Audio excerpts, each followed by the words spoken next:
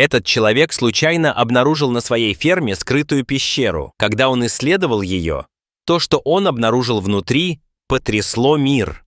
Уэндell Телли был гордым владельцем обширных земель в Англии. Его поместье в Шропшире занимало площадь в 2 акра, и на возделываемых участках росли ряды золотистой пшеницы и зеленых овощей. Обычно он никогда не нанимал рабочих для управления фермой, полагаясь на себя и свою 15-летнюю дочь Глоу Телли. Ни одна проблема не была слишком серьезной, чтобы справиться с ней, когда Глоу был рядом с ним, ночь. Но несмотря на то, что она была лучшей помощницей, она была и самой надоедливой. Например, именно благодаря своей буйной дочери-подростку в одно судьбоносное воскресенье 2012 года он сделал на своей ферме удивительное открытие. В то утро Гло настоял, чтобы они вместе занялись прополкой. В течение нескольких недель она изводила Уэнделла, и, наконец, в это мирное воскресное утро ей надоело его бездействие. Поэтому Уэндell с огромным усилием подавил свое раздражение по поводу того, что у него не было спокойного воскресного утра, и подчинился. Они рассредоточились по всему участку. Отец и дочь работали на разных участках фермы. Пока они работали, теплое солнце припекало им спины, а воздух был наполнен запахом влажной земли и вырванных с корнем листьев. Они вдвоем исследовали только возделываемую часть фермы, которая занимала совсем небольшую площадь. Другая часть его земли оставалась нетронутой, почти как полулесистая местность. Закончив свой рассказ, Уэндell направился обратно на ферму, надеясь немного поспать, которого он был лишен этим утром. Однако Глоу нигде не было видно.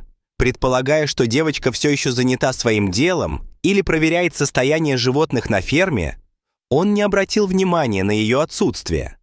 Но когда он не смог найти ее после того, как принял душ и приготовил обед, в нем вспыхнуло беспокойство. Итак, мужчина отправился искать ее, осматривая возделанные поля и выкрикивая ее имя. Ему. Время шло, а Глоу по-прежнему нигде не было видно. Обеспокоенный, Уэндell углубился в нетронутый полулес. Кроны деревьев над головой пропускали солнечный свет, отбрасывая точечные тени на лесную подстилку. Ботинки Уэнделла хрустели по подлеску, когда он пробирался сквозь густую листву. Его глаза блуждали по сторонам в поисках дочери. Казалось, прошло около получаса, прежде чем Уэндell остановился как вкопанный. Он боялся, что может заблудиться, прежде чем найдет Глоу. Поэтому развернулся на каблуках, намереваясь вернуться по своим следам, когда его внимание привлекло нечто удивительное. Небольшое отверстие, размером примерно с канализационный люк, было частично скрыто зарослями кустарника. Подобравшись поближе, он обнаружил, что это не просто маленькое отверстие, а вход в какую-то пещеру. Его отверстие было устрашающе широким и манящим, что вызвало любопытство у Уэнделла. Он подумал, не забрел ли Глоу в таинственное пространство. Что-то в этой мысли встревожило его. Уэндell приготовился продолжить расследование, но остановился, когда воздух прорезал слабый зов. «Папа!» Голос Глоу эхом разнесся по лесу, вселяя в Уэндла чувство спокойствия.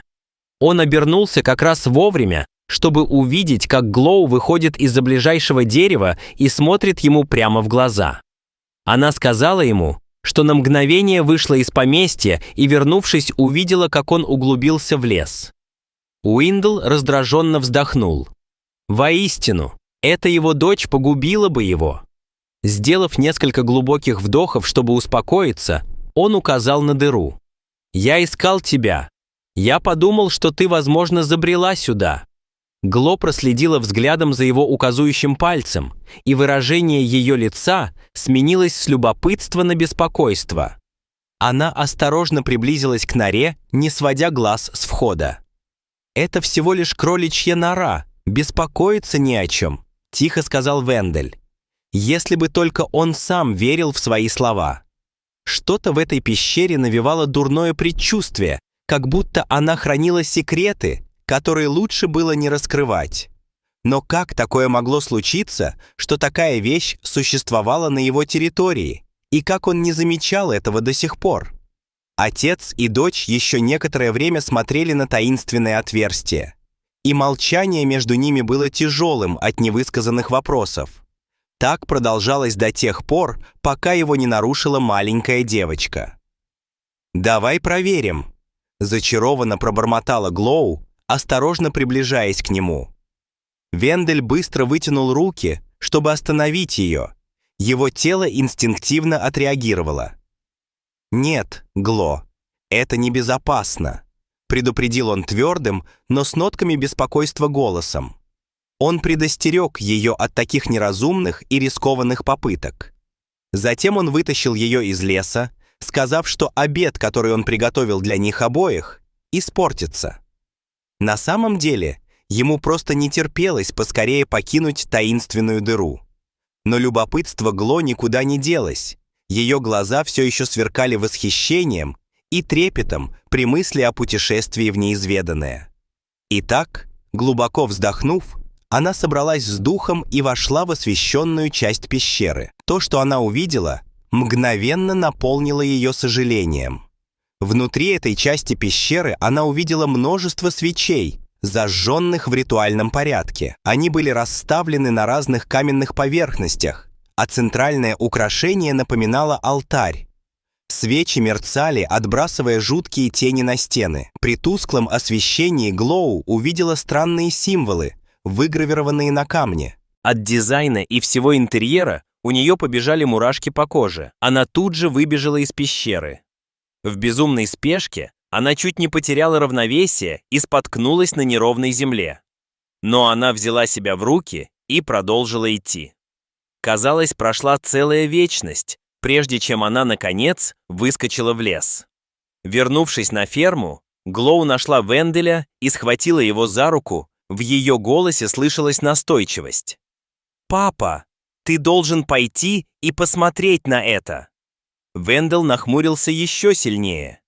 Каким-то образом он понял, о чем она говорит, и, судя по ее потрясенному состоянию, ему бы это не понравилось.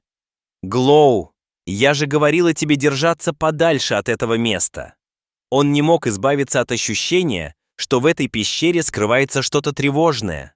Обычно он не хотел бы вмешиваться, но это была его собственность, и он имел полное право знать.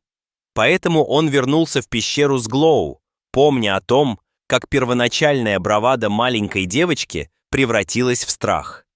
Он не собирался оставаться со своей невинной дочерью и выяснять это. Убежденный в том, что здесь происходит какая-то незаконная религиозная деятельность, Уэндел знал, что должен действовать, поэтому он запечатал вход в пещеру, надеясь, что на его территории нет другого выхода. Он полагал, что таким образом сможет удержать нарушителей от проникновения в дом и защитить свою семью. Уэндел и его дочь вернулись домой с мрачным выражением лица, не говоря ни слова о том, что они видели. Не успели они опомниться, как дни превратились в недели, недели в месяцы, а месяцы в годы. Шел 2017 год, и слухи о скрытой пещере начали распространяться со скоростью лесного пожара. Глоу, которому сейчас 20 лет, узнал об этой новости. Глоу заинтересовалась, когда прочитала о повторном открытии скрытой пещеры. В статье упоминался Майкл Скотт, фотограф из Бирмингема, который исследовал это место. Заинтригованная, Глоу нашла его контактную информацию и связалась с ним. При встрече Майкл извинился за то, что вторгся на чужую территорию, заявив, что понятия не имел, что пещера находится на частной территории. Пара обсудила все за чашкой кофе в местном кафе. Там Скотт рассказал шокирующие подробности о пещере, а также представил фотографии, которые он сделал во время своего первого исследования. Рассказывая о своем опыте, он протянул ей стопку фотографий, каждая из которых запечатлела древнюю красоту пещеры. Глаза Глоу пробежали по фотографиям, узнавая символы в граффити.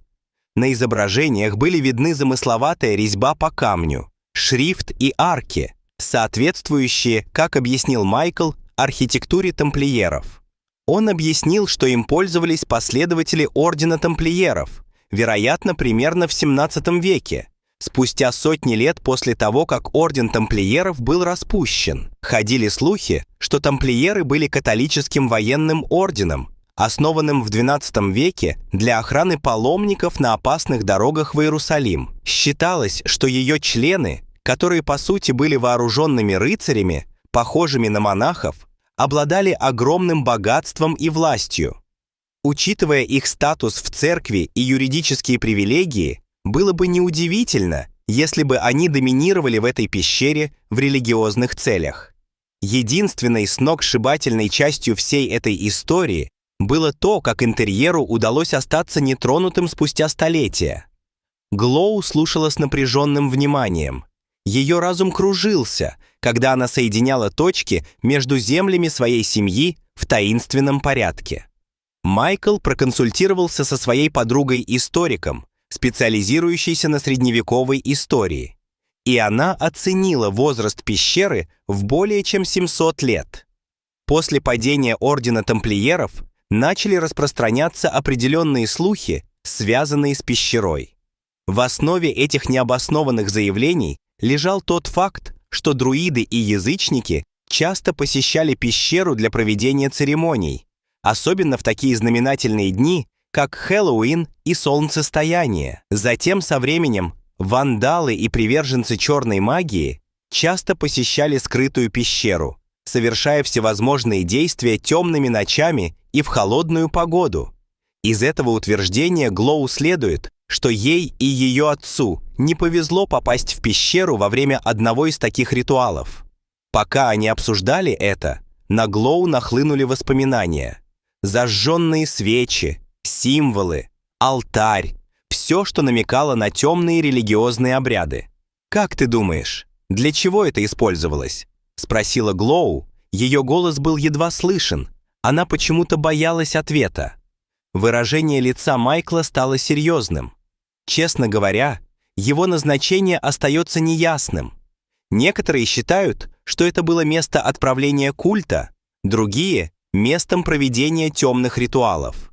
Нам нужно больше исследований, чтобы выяснить правду. Глоу пристально смотрел на фотографию.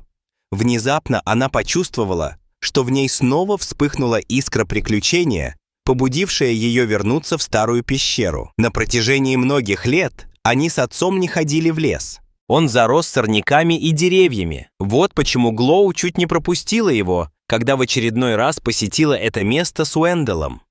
Потребовалось немало усилий, чтобы убедить ее отца присоединиться к проекту.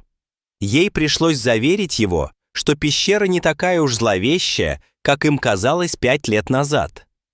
Кроме того, учитывая популярность, которую пещера приобрела в последнее время, невозможно было предсказать, каким будет приток посетителей и спелеологов в ближайшие недели. Вендель вздохнул, увидев скрытую пещеру. Несмотря на годы заброшенности, это место все еще казалось относительно доступным. Его взгляд переместился в сторону от входа, примерно в 3 футах от него, где лежал большой валун, которым он закрывал вход, заросший временем и мхом. Вендель удивился, когда его передвинули, и понял, как легко многие вещи проходят мимо него на его собственной территории. Не теряя времени, они приступили к очередному исследованию. Вендель кряхтел, когда пролезал через вход. Возраст не пошел ему на пользу. Если бы не работа на ферме, он считал, что это небольшое упражнение привело бы его в больницу. Вместе они вошли в пещеру, держа в руках яркие фонарики и осматривая не столь уж незнакомую местность. Подземный канал выглядел таким же нетронутым, как и 5 лет назад, но в нем было что-то новое. Свечи не были зажжены, что еще больше усиливало морозный воздух в пещере. Проходя по помещениям за пределами первой камеры, они обнаружили нечто сногсшибательное, что-то, что заставило их забыть о страхе и неловкости, которые охватывали их раньше. 5 лет назад они исследовали лишь малую часть ландшафта, но теперь увидели всю протяженность пещерной системы. Она была огромной. За первым отверстием туннель вел к сети дорожек и арок, вырезанных из песчаника, а также к купели, точно такой же, какую Глоу видела на фотографиях Майкла. Глоу также заметил, что в некоторых местах пещера была немного тесновата, так что людям ростом около 6 футов приходилось наклоняться, чтобы пролезть внутрь. Кроме того, там были помещения, которые приходилось исследовать на четвереньках. Чем больше они углублялись, тем больше убеждались в красоте темного, похожего на лабиринт каменистого анклава. На фотографиях Майкла интерьер пещеры казался неземным и завораживающим. Это произошло потому, что были зажжены свечи, и крошечные лучики света освещали это место, делая его похожим скорее на красивый каньон, чем на пещеру. Оба ракурса открывали что-то новое и уникальное. Когда их исследование подошло к концу, они вышли из пещеры. То, что они нашли выход, было чудом, и только позже они поняли, что их очарование пересилило страх заблудиться. Уэндell связался с Майклом, и они вместе подготовили официальное сообщение о пещере. Ее скрытые секреты и красота были слишком грандиозны, чтобы их можно было хранить на ферме. Они пригласили людей навестить их и решили организовать экскурсии. На странице Glow в Facebook они поделились фотографиями пещеры, а также слухами и противоречиями, связанными с ее историей. Как и ожидалось, пользователи сети по всему миру были крайне шокированы подробностями того, что они раскопали в этой пещере. Многие восхищались красотой, которой оно обладало, в то время как некоторые разделяли свой скептицизм и опасения по поводу характера проводимых в нем практик. Уэндell, Гло и Майкл были ошеломлены тем вниманием, которое было уделено их публикации. На первые несколько месяцев ферма Уэнделла стала центром притяжения, и спелеологи и археологи массово приезжали сюда, чтобы исследовать пещеру. В этой части Англии она была не похожа ни на что другое.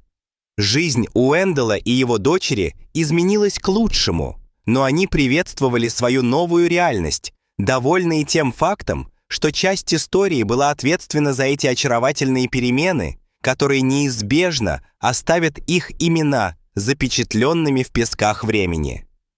Какая захватывающая история! Что бы вы сделали, если бы были на месте Уэнделла?